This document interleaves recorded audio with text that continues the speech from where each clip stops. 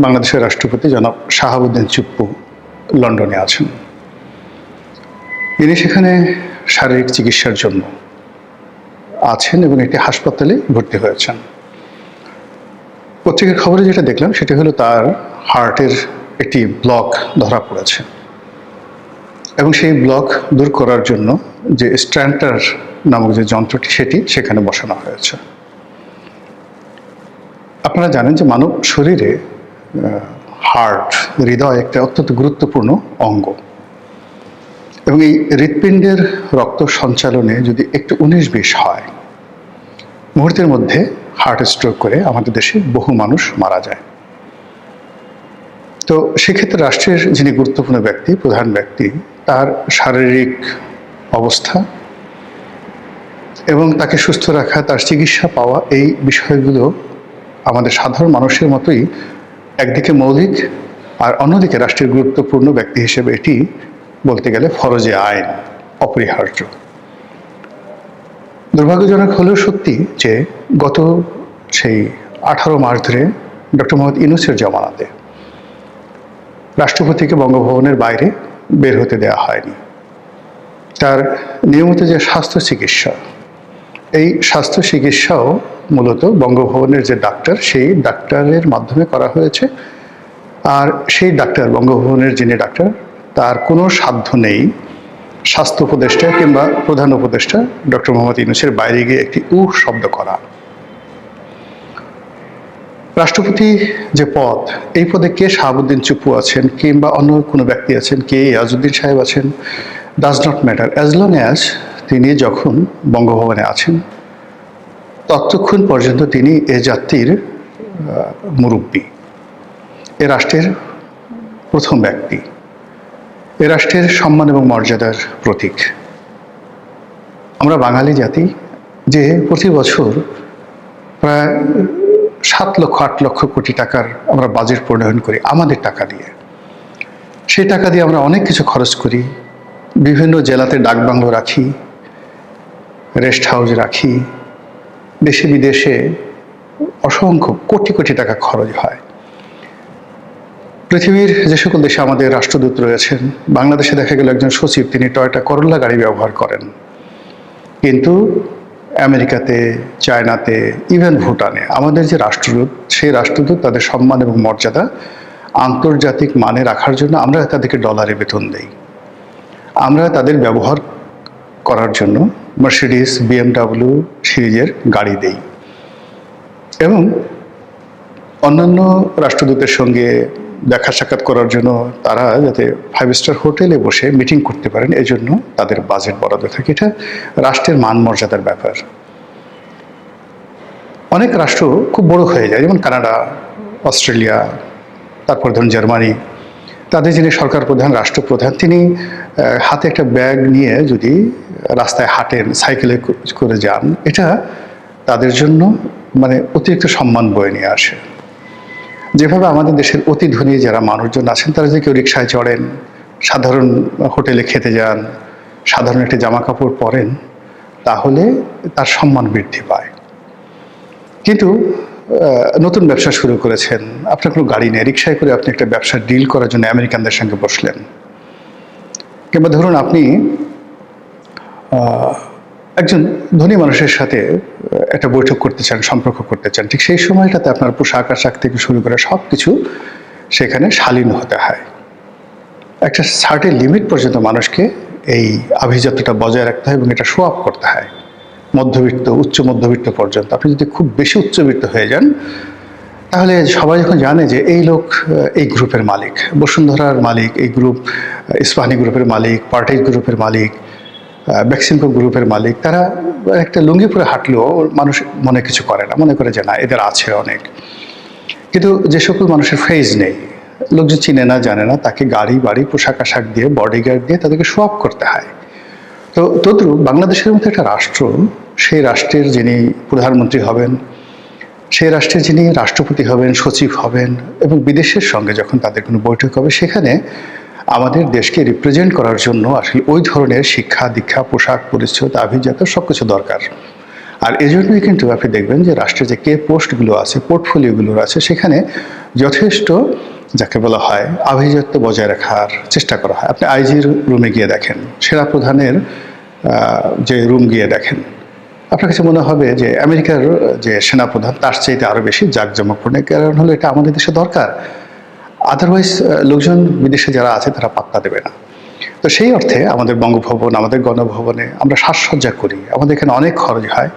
আমাদের রাষ্ট্রপ্রধানরা, সরকার প্রধানরা অনেক সময় বিদেশে যান চিকিৎসা করার জন্য, কিংবা চার্টার প্লেনে করে যান। এগুলো নিয়ে অনেক আলোচনা হয়, সমালোচনা হয়। আমরা শুধুমাত্র পশ্চিমা দেশের সঙ্গে তুলনা করি, কিন্তু আমরা এটা চিন্তা করি না যে বিদেশের মাটিতে বাংলাদেশের যে রাষ্ট্রপ্রধান, সরকার প্রধান, সেক্রেটারি, নাগরিক, বাংলাদেশের পাসপোর্ট, সেখানে তারা কিভাবে এগুলোকে মূল্যায়ন করে, এটা আমরা বিচার বিশ্লেষণ করি না। তো কাজেই আমি মনে করি যে আমাদের এই দেশটি একটা উন্নত পর্যায়ে না হওয়া পর্যন্ত রাষ্ট্রের যে কে পোস্টগুলো আছে সেখানে এই আভিজাত্যগুলো দরকার রয়েছে। এগুলো যাতে আরও শানিত হয়, এদের মান মর্যাদা আরও যাতে বাড়ে, এই জন্য এই পদগুলোতে রাষ্ট্রপতি, প্রধানমন্ত্রী, সেখানে ভালো লোক নিয়োগ করা উচিত, জ্ঞানী লোক নিয়োগ করা উচিত, সম্মানিত লোক নিয়োগ করা উচিত। দিস ইজ প্রথম। আর সেকেন্ডলি হলো যে এই পোর্টফোলিওগুলোতে যে সকল রাষ্ট্রীয় সুযোগ সুবিধা রয়েছে সেগুলো এনশিওর করা উচিত, এবং কোনো অবস্থাতেই জাতিগতভাবে আমরা এই সকল পদে যারা আছে তাদেরকে অপমান আমরা করব না, করতে পারি না। তো সেই দিক বিবেচনায় আমাদের বাংলাদেশে অনেক রাষ্ট্রপতি এসেছেন, কিন্তু জনাব শাহাবুদ্দিন চুপ্পুকে গত 18 মাসে অর্থাৎ ইউনূস জমানাতে যে অপমান করা হয়েছে, যে লাঞ্ছনা দেওয়া হয়েছে, যে গঞ্জনা দেওয়া হয়েছে, এটা শুধু বাংলাদেশ নয়, এমন কোনো রাষ্ট্রপতি এশিয়াতে অপমানিত হয়েছেন গত 50 বছর আমার জানা নেই। Number one. নাম্বার টু হলো যে এই ভদ্রলোকটা একেবারে যেন-তেন লোক না। তিনি একজন বীর মুক্তিযোদ্ধা, একজন অবসরপ্রাপ্ত জেলা জজ, মানে জজিয়াতে এটা যখন তিনি জজ হিসেবে দায়িত্বরত থাকবেন, এটা একজন সচিব পদমর্যাদার পদ। সেখান থেকে তিনি দুর্নীতি দমন কমিশনের কমিশনার হিসেবে দায়িত্ব পালন করেছেন, লেখাপড়া জানা। এই মানুষটিকে রাষ্ট্রপতি হিসেবে নিয়োগ দিয়েছে আওয়ামী লীগ সরকার। শেখ হাসিনা ফ্যাসিস্ট, সে চলে গেছে, উচ্ছেদ হয়েছে। এছাড়া তো আপনি আর অন্য কোনো অভিযোগ তার বিরুদ্ধে নেই। এখন তাকে আপনার পছন্দ নয়, আপনি তাকে জেলে নিতে চান, তাকে পদচ্যুত করেন, তাকে জেলে নিয়ে যান, কিন্তু অ্যাজ লং অ্যাজ আপনি যতক্ষণ পর্যন্ত তাকে রেখেছেন স্বপদে, তাকে তো মর্যাদা দিতে হবে, অসম্মান করা যাবে না। কিন্তু সেই অসম্মান, অমর্যাদা শুধু তাই নয়, তাকে ওই গারদের মধ্যে, বঙ্গভবন নামক যে রাষ্ট্রপতির বাসভবন, ওটাকে রীতিমতো কারাগারে রূপান্তরিত করা হয়েছে।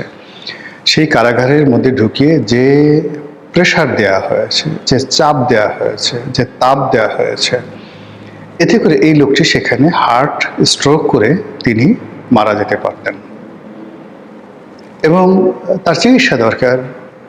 এটা আমরা অনেক সময় ঠাট্টা করেছি, মস্কারা করেছি। ইভেন এইবারে যখন তিনি লন্ডনে যাচ্ছিলেন, অনেক মানুষ বলার চেষ্টা করছে যে কেন তার এখানে যাওয়ার দরকার, তো তিনি তো এখানে এই কাজগুলো করতে পারতেন। এখন আমাদের বাংলাদেশে যে সমস্যা হয়ে গেল কি, বাংলাদেশের ডাক্তারদের মধ্যে, হাসপাতালদের মধ্যে যে কি বলবো, এটা দলবাজি এমন অবস্থা হয়ে গেছে যে একটা নির্দিষ্ট পর্যায়ে এসে মানুষের বিশ্বাস থাকে না। যেমন বেগম জিয়ার অসুখ ছিল, এখন তিনি তার পছন্দের, যেমন এভার কেয়ারে তাকে চিকিৎসা দেওয়া হয়েছে, তিনি ঢাকা মেডিকেল সবচেয়ে বেস্ট ফ্যাসিলিটিস, সেখানে তিনি নিতে রাজি ছিলেন না। এভার কেয়ারের চেয়ে ঢাকা মেডিকেলের ফ্যাসিলিটিস অনেক অনেক বেশি, যারা ডাক্তার আছেন তাদের যোগ্যতাও সীমাহীন। কিন্তু ওই যে বেগম জিয়ার একটা ভয় ছিল যে যদি সেই আওয়ামী লীগের কোনো ডাক্তার থাকে এবং সে চিকিৎসার নামে সেখানে অপচিকিৎসা করে, তো এই যে একটা ভয় এবং আতঙ্ক, এটা যখনই কোনো একটা মানুষ সর্বোচ্চ পর্যায়ে পৌঁছে যায় এবং তার যখন নিরাপত্তার প্রয়োজন হয়, তখন এই জিনিসগুলো তার মধ্যে এসে যায়।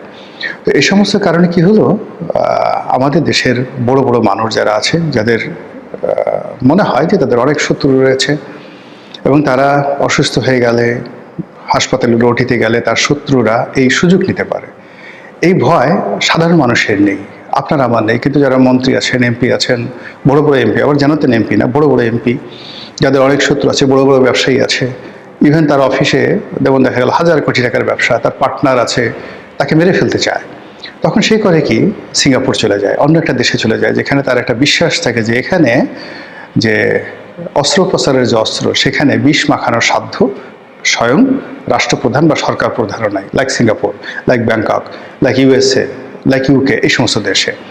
ফলে এই যে আমাদের দেশের বিভিন্ন মানুষ বিভিন্ন দেশে যায়, এটার কতগুলো মনস্তাত্ত্বিক বিষয় রয়েছে। চিকিৎসা একটা মনস্তাত্ত্বিক বিষয়। তো সেদিক থেকে রাষ্ট্রপতি যখন ইংল্যান্ডে গেলেন, তখন সবাই ঠাট্টা করেছেন, মস্করা করেছেন যে কি দরকার ছিল একটা আবর্জনাকে টানার, শেখ হাসিনার একটা আবর্জনা, সেটাকে আমরা এখনো মাথায় করে ঘুরছি। কিন্তু যখন সেখানে চিকিৎসা করার পরে দেখা গেল যে ইংল্যান্ডের হাসপাতালে তার হার্টে ব্লক ধরা পড়েছে, এবং সেই হার্টের ব্লক নিয়েই তিনি এতদিন এই দুর্বিষহ জীবনযাপন করছেন বঙ্গভবনের মধ্যে। যদি ধরুন যখন বাইরে এনসিপির লোকজন, ইনকলাব মঞ্চ, অন্যান্য যে বিভিন্ন সংগঠন আছে, তারা রাষ্ট্রপতির এই রাষ্ট্রপতি ভবন ঘেরাও করেছিল, ঠিক ওইরকম অবস্থায় যাদের হার্টের ব্লক আছে কিংবা যাদের ব্লকের অপারেশন হয়েছে, হার্ট অপারেশন হয়েছে, যাদের পেস মেকার লাগানো আছে, এরকম একজন মানুষ হিসেবে যদি আপনি আমার এই জিনিসটি দেখেন, একবার একটু কল্পনা করেন তো এরকম অবস্থায় আপনি পড়লে আপনার কেমন লাগতো? এখন আপনি যত খারাপ হন না কেন, কিন্তু আপনার তো স্ত্রী আছে, আপনার সন্তান সন্ততির সব কিছু আছে, যারা আপনাকে অনেক অনেক ভালোবাসে। তো কাজেই এই যে ভালোবাসার যে মানুষগুলো আছে, সেই ভালোবাসার মানুষগুলোকে যদি আপনাকে আশ্রয় দিতে হয়, প্রশ্রয় দিতে হয়, সেই ভালোবাসার মানুষজন আপনার অবর্তমান আপনাকে নিয়ে কাঁদবে।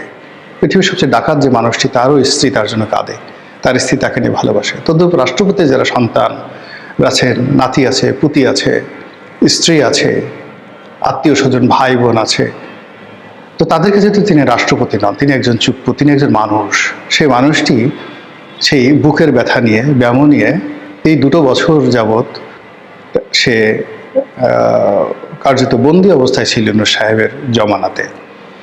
এখন এটাকে তার নিয়তির ফল বলবেন, ডক্টর মোহাম্মদ ইউনূসের নিষ্ঠুরতা বলবেন, অভদ্রতা বলবেন, নাকি আমাদের বাঙালি জাতির যে চিরাচরিত কালচার, সেই চিরাচরিত কালচার অনুযায়ী আমরা সবসময় মানুষকে যাকে বলা হয় ছোট করি, মানুষকে কষ্ট দিয়ে আনন্দ পাই, মানুষকে গালাগাল করে আনন্দ পাই, সেই রকম। মে মাসের মাঝামাঝি সময় চলছে। মে মাসের বাকি যে দিনগুলো, এই দিনগুলো খুব ব্যস্ততায় বাঙালি কাটবে। সামনে পবিত্র ঈদুল আজহা, এটা বাংলাদেশের অন্যতম একটা যাকে বলা হয় প্রধানতম উপলক্ষ, উৎসব। মানে যেমন পবিত্র মাহে রমজানে একটা ইবাদত বন্দিগির একটা বিশাল তোড়জোড় থাকে পুরো মাস জুড়ে।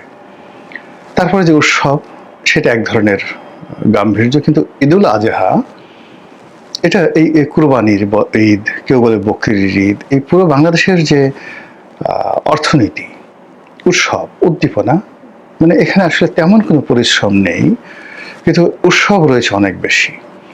ফলে আমাদের দেশের অনেকগুলো মানুষ যারা আধ্যাত্মিকতা আছেন, তারা হয়তো ঈদুল ফিতরকে একভাবে মূল্যায়ন করেন, আর যারা একটু আধ্যাত্মিকতার বাইরে শুধু একটা ধর্মীয় উৎসবকে উদযাপন করতে চান, তাদের জন্য আসলে এই বকরির ঈদ বা ঈদুল আজহা বা কুরবানির ঈদ এটা গুরুত্বপূর্ণ।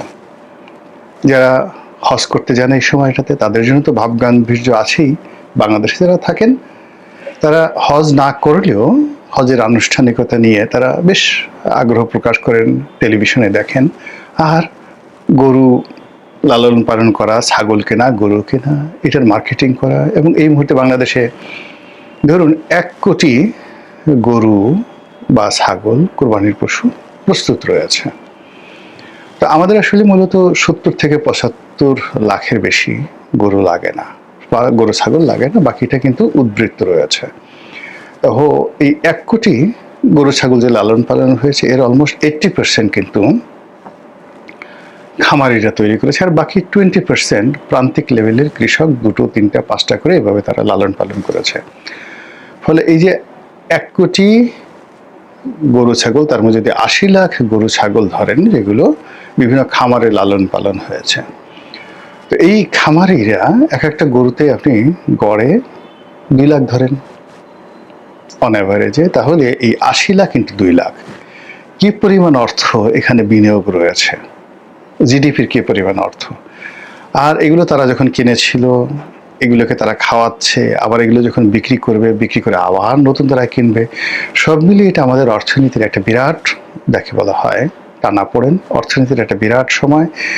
এই সময়টিতে যারা কুরবানি দিবেন তারা খুশি হবেন, ভালো কথা, কিন্তু যারা বিক্রি করবেন তাদের আনন্দটা আমাদের খুব বেশি দরকার।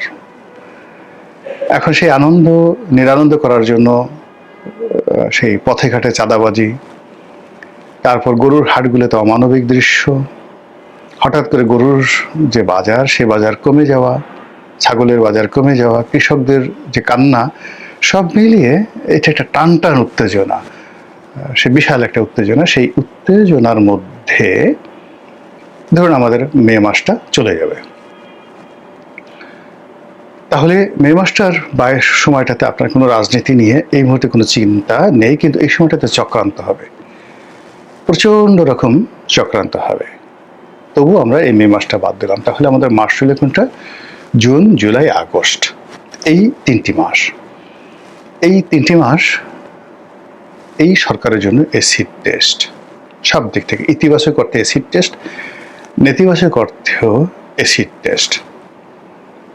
যদি আপনি পারফরমেন্স করতে চান, আর আপনি যদি গ্রহ নক্ষত্র এগুলোতে আপনি বিচার বিশ্লেষণ করেন, তাহলে এই তিনটি মাস এই সরকারের জন্য অশনি সংকেত। কেন? তার আগে পবিত্র কোরআনের একটি আয়াত আপনাদেরকে শোনাই। সেই আয়াতটি আমরা সাধারণত যখন লাশ কবরে রাখি তখন আমরা এই দোয়াটি পড়ি বা এই আয়াতটি আমরা উচ্চারণ করি। বিসমিল্লাহির রহমানুর রাহিম। মিনহা খালাকনাকুম অফিহা নুইদুকুম ওয়ামিনহা নুখরিজুকুম তারাতান উখরা। আপনারা সবাই জানেন, যার অর্থ আল্লাহ বলছেন, হে মানুষ, তোমাকে এই মাটি থেকে পয়দা করেছি, এই মাটির ভেতরেই বা মাটির মধ্যে তোমাকে এখানে গ্রথিত করা হলো, দাফন করা হলো, ঢুকানো হলো, আবার এখান থেকে তোমাকে বের করা হবে। তো দেখুন, মানুষের যেখানে উত্থান, ঠিক সেই জায়গাটাতে কিন্তু মানুষের পতন হয়। যে গর্তের মধ্যে থেকে আপনি বের হয়ে আসবেন, ঠিক সেই গর্তের মধ্যে আপনাকে যেতে হবে। আপনি আপনার জন্মটা দেখেন, আপনি যে জন্মের শুরুটি যেখানে হলো, যে মাতৃগর্ভে আপনার ভ্রূণ রচিত হলো আপনার বাবা মায়ের মিলনের ফলে, ঠিক সেই মাতৃগর্ভের থেকে আপনি যখন বের হয়ে আসলেন, আপনার সেই যেখানে আপনার ভ্রূণ ঢুকানো হয়েছিল, যে লজ্জা স্থান দিয়ে, সেই লজ্জা স্থান থেকে আল্লাহ আপনাকে বের করে আনলেন, শুরু এবং ওখান থেকে। তো এরকম মাশাআল্লাহ আপনি গর্ব করতে পারবেন না এই পৃথিবীতে, মানে আল্লাহর এই জমিনে আপনাকে আল্লাহ যে নুতফা বীর্য থেকে আপনাকে উৎপন্ন করা হয়েছে, কাজে আপনি অহংকার করতে পারবেন। আল্লাহ বলছে যে তোমাকে আমি এমন নুতফা থেকে তৈরি করেছি যা তোমার শরীর থেকে যদি বের হয়ে যায় তোমার জন্য গোসল করা ওয়াজিব হয়ে যায়। আর এমন একটা জায়গাতে মূত্রনালী দিয়ে তোমার যে ভ্রূণ, এটা বের হয়েছে তোমার বাবার মূত্রনালী দিয়ে, আর এটা প্রবিষ্ট হয়েছে তোমার মায়ের মূত্রনালী দিয়ে। এবং তোমার মায়ের যে দূষিত রক্ত, যেটা হায়েজ নেফাস বলা হয়, ঋতুস্রাবের যে রক্ত, সেই রক্ত থেকে তোমাকে পয়দা করেছি সংমিশ্রণে মাতৃগর্ভের মধ্যে। এই জমিনে তুমি অহংকার করো না, অলা তামশি ফিল আরদি মারহা। এই জমিনে কখনোই তুমি অহংকার করো না। আফসোস, আমরা আমাদের জীবনের বা আমাদের উত্থানের যে শুরুটা, সেই শুরুটা আমরা ভুলে যাই। বলেন তো, আওয়ামী লীগের পতন কেন আগস্ট মাসে হতে হবে? শেখ হাসিনার পতন কেন আগস্ট মাসে হতে হবে? শেখ হাসিনার উপর গ্রেনেড হামলা কেন আগস্ট মাসে হতে হবে? বঙ্গবন্ধুর হত্যাকাণ্ড কেন আগস্ট মাসে হতে হবে? এই যে জিনিসগুলো ঘটছে একের পর এক, তো আপনি খুঁজে দেখবেন যে ওই যে শেখ হাসিনার উত্থান, মানে সেই তাদের উত্থান পতনের পেছনে আপনি দেখবেন যে আগস্ট মাসের একটা বিরাট ভূমিকা আছে। ওই আগস্ট মাসেই তাদের উত্থান হয়েছে, তাদের জন্ম হয়েছে, আবার ওই আগস্ট মাসে তাদের পতন হয়েছে। এই সরকার বা এই সরকারের সাথে যারা অ্যালাইড আছে, বিরোধী দল, এনসিপি, মানে সকলের যে উত্থান, সেই উত্থানটা হয়েছে জুন, জুলাই, আগস্ট মাসে। আগামীতে তাদের যত সফলতা এই 3টি মাসে, তাদের যত ব্যর্থতা, তাদের যত পতন, সব এই সময়টাতে হবে। এটাই নিয়তির বিধান। এই সময়টিতে যে ক্রাইসিসগুলো রয়েছে, সেই ক্রাইসিসগুলো তারা যদি ম্যানেজমেন্ট সুন্দরভাবে করতে পারে, তাহলে এই সময়টিতে ধা ধা ধা ধা করে তারা ভালো করবে। এই জন্য 3টি মাস, জুন, জুলাই, আগস্ট, তাদের জন্য খুবই গুরুত্বপূর্ণ। আর যদি তারা অকৃতজ্ঞ হয়, দ্য আনগ্রেটফুল, যদি তারা অবিমৃষ্যকারী হয়, যদি তারা উদ্যত এবং অহংকারী হয়, যদি তারা অতীতকে ভুলে যায়, তাহলে এই 3টি মাসই তাদের মৃত্যুকূপ হবে। এই 3টি মাস, সেটা এবছর হোক এবং সেটা আগামী বছর হোক। 1, 2 নম্বর হলো যে এইটা তাদের প্রথম বাসর। ক্ষমতা গ্রহণ করার পরে এই তাদের কাছে যেটি দিয়ে তাদের শুরু, সেই মাসটি তারা এই সময়টিতে পেল। ফলে আপনি জাস্ট একটা উদাহরণ দেই, ডক্টর মোহাম্মদ ইউনূসের যে পতন হলো, তার উত্থান হলো আগস্ট মাসের 8 তারিখে 2024। তার পতন যে শুরু হলো সেটা 2025 সনের জুন মাসে। June, July, August, final. He is no more in the politics. আর বাকি যে সময়টা, সেটা হলো আগস্ট, সেপ্টেম্বর থেকে একেবারে তার ক্ষমতার যে হস্তান্তর পর্যন্ত সময়। তাকে তো হস্তান্তর করার সুযোগই দেওয়া হয়নি। এই ঘটনাটা কিন্তু ওই সময়টাতে ঘটেছে। এর কারণটা হলো 2024 সনের যে আগস্ট মাসে তিনি যে ক্ষমতা লাভ করলেন, ফ্রম দ্য ডে ওয়ান তিনি বিনয় ছিলেন না। তিনি যে দয়াপ্রাপ্ত হয়েছেন আল্লাহর পক্ষ থেকে, জনগণ যে তাকে আল্লাহর হুকুমে তার হাতে ক্ষমতা তুলে দিয়েছে, তিনি ওয়াম্মা বিনিয়ামতে, এই রব্বিকা ফাহাদ্দিস, এই শব্দটি স্মরণ করেন। এয়ারপোর্টে পা দিয়েই তিনি বলেছেন, আমার কথা মানতে হবে। What nonsense you are talking about? আপনার কথা কেন মানতে হবে? Who are you? এই যে আমার কথা মানতে হবে, তিনি যদি বলতেন যে আল্লাহর কথা মানতে হবে, ন্যায়ের কথা মানতে হবে, ন্যায় নিষ্ঠতার কথা মানতে হবে। 2 নম্বরে তিনি যে কাজটি করলেন, he has collected all of the stupid and nonsense people. They were not belongs to him in time of crisis. তার প্রমোদ সঙ্গী যারা ছিল, তার আনন্দের সঙ্গী যারা ছিল, এবং যাদেরকে আপনি প্রমোদ বালক বা প্রমোদ বালিকা বলতে পারেন, প্রমোদে ঢালিয়া দিনু তোরে, এরকম সেই প্রমোদ বালক এবং প্রমোদ বালিকাদেরকে তিনি এই যে তার যে সফলতা, সেই সফলতার সুখ উপভোগ করার জন্য তিনি তাদেরকে ডেকে আনলেন। ফলে কি হলো? ফলাফল ভালো এলো না। ফলাফল ভালো এলো না, যা হওয়ার তাই হলো। ঠিক একই অবস্থা যদি জনাব তারেক রহমান সাহেবের জীবনে ঘটে থাকে, একই অবস্থা যদি ডক্টর শফিকুর রহমানের জীবনে ঘটে থাকে, একই অবস্থা যদি এনসিপির জীবনে ঘটে থাকে, ফলাফল শেখ হাসিনার জন্য যেটা হয়েছে, তিনি বিনা ভোটে নির্বাচিত হলেন, হওয়ার পরে বললেন আমি বিজয়ী হয়েছি। তিনি রাতের ভোটের নির্বাচনে হলেন, বলেন যে আমি জনপ্রিয়তার সর্বোচ্চ শিখরে, মানুষ সবচেয়ে বেশি ভোট দিয়েছে। সমস্ত মানুষদেরকে তিনি মনে করলেন যে দে আর অল স্টুপিড, ওদের জন্মই হয়েছে আমার মিথ্যা কথা শোনার জন্য।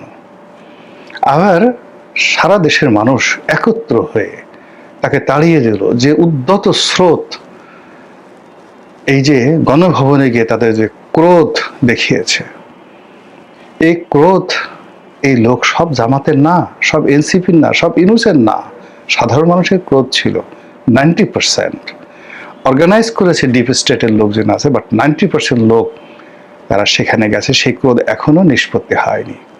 কিন্তু তিনি বা তার যারা লোকজন বলেই বেড়াচ্ছেন সুদখোর ইউনূস, ওই দুর্নীতিবাজ তারেক, ওই খালেদার পোলা, ফলে কি হবে? নো বরকত, কোনো বরকত আসবে না। অ্যাট ফার্স্ট তওবা আস্তাগফিরুল্লাহ, মানুষ যখন তওবা করে, ভুল স্বীকার করে, তখন তার ভিতরে একটা বিনয় চলে আসে, বিনয়ী হয়ে কৌশল অবলম্বন করে। কিন্তু সেই একই অবস্থা, সেই অবস্থা, ছোট্ট একটা ঘটনা বলি, তাহলে এই জিনিসটা হবে, তো শেষ করে দেব। আবু জেহেল, অর্থাৎ আবু জেহেলের নাম শুনুন। আবু জেহেল যখন আহত হলেন, সেই আবু জেহেল আহত হওয়ার পর তার শিরচ্ছেদ করার জন্য যে লোক আসলেন, এটা হলো উহুদের যুদ্ধ। উহুদের যুদ্ধ নিয়ে নিহত হলেন। তো যে হত্যাকারী, তাকে সে বলতেছে যে তুমি কি আমাকে চেনো? হ্যাঁ চিনি। আমার সামাজিক মর্যাদা বা আমার যে অবস্থা, এটা সম্পর্কে তুমি ওয়াকিফল? হ্যাঁ। আমি কি তোমার কাছে একটা অনুরোধ করবো এই জীবনের শেষ প্রান্তে, তুমি সেটা রাখবে? বলে যে বলেন কি অনুরোধ? বলে তুমি যে আমাকে শিরচ্ছেদ করবে, সেই শিরচ্ছেদ পেছন থেকে না করে সতর্কভাবে আমার ঠিক এই যে আমি দেখাচ্ছি এই জায়গা থেকে তুমি এমনভাবে গলাটা কাটো যেন লোকজন দেখে আমার মনে করে যে আমার এই গলাটা বড় আছে। কিন্তু তুমি যদি পিছন দিক থেকে বা একেবারে আমার এই জায়গা থেকে কাটো, তাহলে এই আমার যে মস্তিষ্কটা, এটা ছোট দেখাবে। এই হলো পাপিষ্ট লোকদের শেষ পরিণতি, মানে মৃত্যুর পূর্বক্ষণে তারা পতনের প্রান্তিকে গিয়েও তারা কখনোই স্বীকার করে না, ওখানে গিয়ে তারা অহংকার দেখায়, আমার গলাটা যেন বড় দেখায়। এগুলো তো ইতিহাস, এরকম বহু মানুষকে আপনি এভাবে দেখতে পাবেন। তো যেটা বলছিলাম যে বর্তমান সরকার যদি আওয়ামী লীগের মতো হয়, ইউনূস সাহেবের মতো হয়, এবং তারা যদি তাদের এই নিয়ামতটিকে তুচ্ছ এবং তাচ্ছিল্য করে, তাহলে এই প্রথম মাসে, মানে জুন জুলাই আগস্ট, এখানে এমন কিছু ঘটবে, এমন একটা পরিস্থিতি হবে যেটি আপনারা লিখে রাখতে পারেন এই সরকারের সফলতা অথবা ব্যর্থতার আগামী দিনের রক্ষা কবচ এখানে তৈরি হবে। এখন সেটা কি ভালো হবে না মন্দ হবে, তার কিছু ইন্ডিকেশন, যেটা আমি ডক্টর মোহাম্মদ ইউনূসের কথা বললাম, যেটা আমি শেখ হাসিনার কথা বললাম। শেখ হাসিনা যখন সেই ক্ষমতায় একের পর এক যখন তিনি ভুল করলেন, কিন্তু তিনি মনে করলেন এটা তার সফলতা, তিনি তার আজে বাজে প্রত্যেক, অর্থাৎ 2009 সনের যে পার্লামেন্ট মন্ত্রী পরিষদ, সেটাকে বাদ দিয়ে 24-এর মন্ত্রী পরিষদ দেখেন কিভাবে ডেপ্রিসিয়েশন হয়েছে। তিনি মনে করেছেন মুরগি দিয়ে হাল চাষ করা সম্ভব। ডক্টর মোহাম্মদ ইউনূসের একই অবস্থা, তিনি মনে করেছেন তিনি যাকে দিয়ে তাকে, এই নূরজাহান বেগমকে দিয়ে তিনি মন্ত্রিত্ব চালাবেন, ইত্যাদি ইত্যাদি আরো অনেক কিছু। তারেক রহমান সাহেবের ক্ষেত্রেও যদি আপনারা দেখেন যে তিনি তার দলের বান্ধব, দুর্দিনের কাণ্ডারি, তাদেরকে বাদ দিয়ে তিনি তার প্রমোদের সঙ্গী, যাদের সঙ্গে তিনি কথা বলতে আনন্দ বোধ করেন, যারা তার চোখের সামনে থাকলে তার মনে ফুর্তি আসে, আনন্দ আসে, যাদের সঙ্গে সে কখনো দুঃখের বিষয়গুলো শেয়ার করেনি, কিন্তু প্রমোদ, আনন্দের বিষয়গুলো শেয়ার করেছেন, সেই মানুষগুলো যদি তার পাশে বেশি দেখেন, ধরে নেবেন তিনি ভালো করবেন না, নাম্বার 1। নাম্বার 2 হলো, তিনি যখন বাংলাদেশে এলেন প্রথম দিন, তার চোখে কি অশ্রু ছিল? তিনি কি কেঁদেছেন? যদি তিনি কেঁদে থাকেন, অনুশোচনা, আবেগ, ভালোবাসার একটা সর্বোচ্চ পর্যায়ে, আর তিনি যদি না কেঁদে থাকেন, তাহলে ভিন্ন একটা বিষয়। 17 বছর পর দেশে এরকম পর্যায়ে আসলে যে কোনো মানুষই আবেগপ্রবণ হয়ে চোখের পানি ফেলবেন। চোখের পানি ফেলাটা খারাপ কিছু নয়, এটা আবেগের, সে যে ভালো মানুষ, কাঁদতে পারাটা যে কত বড় একটা বিশাল গুণ, যে লোকের চোখ দিয়ে কখনো পানি পড়ে না, এর মতো নিষ্ঠুর, এর মতো নির্মম মানুষ আর হয় না। হাসতে হাসতে আপনাকে জবাই করে ফেলতে পারবে। আর যে মানুষ কাঁদতে পারবে, তাকে আপনি ভণ্ড বলেন, প্রতারক বলেন, যা কিছু বলেন, কিন্তু তার দ্বারা অ্যাটলিস্ট হাসতে হাসতে কাউকে জবাই করার মতো ঘটনা ঘটবে না। বঙ্গবন্ধু এসে কেঁদেছিলেন। শেখ হাসিনা যখন এসে নেমেছিলেন 1981 সালে, মারাত্মকভাবে তিনি কেঁদেছিলেন। বেগম জিয়া কেঁদেছিলেন। ফলে সেই কান্নার যে মানবিক দিকগুলো, তাদের কর্মজীবনের সফলতার সর্বোচ্চ পর্যায়ে তারা সেই কান্নার মানবিক গুণ তারা হারাননি। বঙ্গবন্ধু যদি না থাকতেন, বঙ্গবীর কাদের সিদ্দিকী বলেছেন, বাংলাদেশের 60 লাখ লোককে জীবিত অবস্থায় জবাই করা হতো। 30 লাখ লোকের নাম, মানে রাজাকার আলবদরদেরকে বলা হয় যে তারা 30 লাখ লোককে মেরেছে, পাকিস্তানে মেরেছে। যদি বঙ্গবন্ধু না থাকতেন তাহলে বাংলাদেশে 60 লাখ লোককে জবাই করে মারা হতো। এটা একটা মানবিক গুণাবলী, তার এই কান্নার ফল। এভাবে আরো অনেক কিছু আছে। যে এনিওয়ে, ওদিকে না গিয়ে আমি যে সামনের যে 3টি মাস, সেই 3টি মাসে প্রকৃতি বিরূপ থাকবে, বাজেট প্রণয়ন হবে। এই সময়টিতে অর্থনীতি টালমাটাল থাকবে। তার সঙ্গে সঙ্গে এই যে মে মাস বসে যা কিছু হচ্ছে তা হবে, এবং অন্যদিকে প্রকৃতি তার উপহার অথবা প্রতিশোধ, এই প্রতিশোধের প্রথম আমলনামা এই 3 মাসে রচিত হবে। আমি মোটামুটি সবই বলে ফেলেছি। আপনারা যারা বুঝতে পেরেছেন, যদি অশনি সংকেত হয়, যার যার অবস্থান থেকে তওবা আস্তাগফিরুল্লাহ পড়েন, লা হাওলা ওয়ালা কুওয়াতা বললেন, আল্লাহর কাছে পানাহা চান, নিজের জন্য, দেশের জন্য। আর যদি আপনার কাছে মনে হয় সামনের দিনগুলো ভালো যাবে, আলহামদুলিল্লাহ বলেন, সুবহানাল্লাহ বলেন, এবং শুকরিয়া আদায় করেন যে আল্লাহ তুমি আরো বরকতময় করো সামনের দিনগুলো।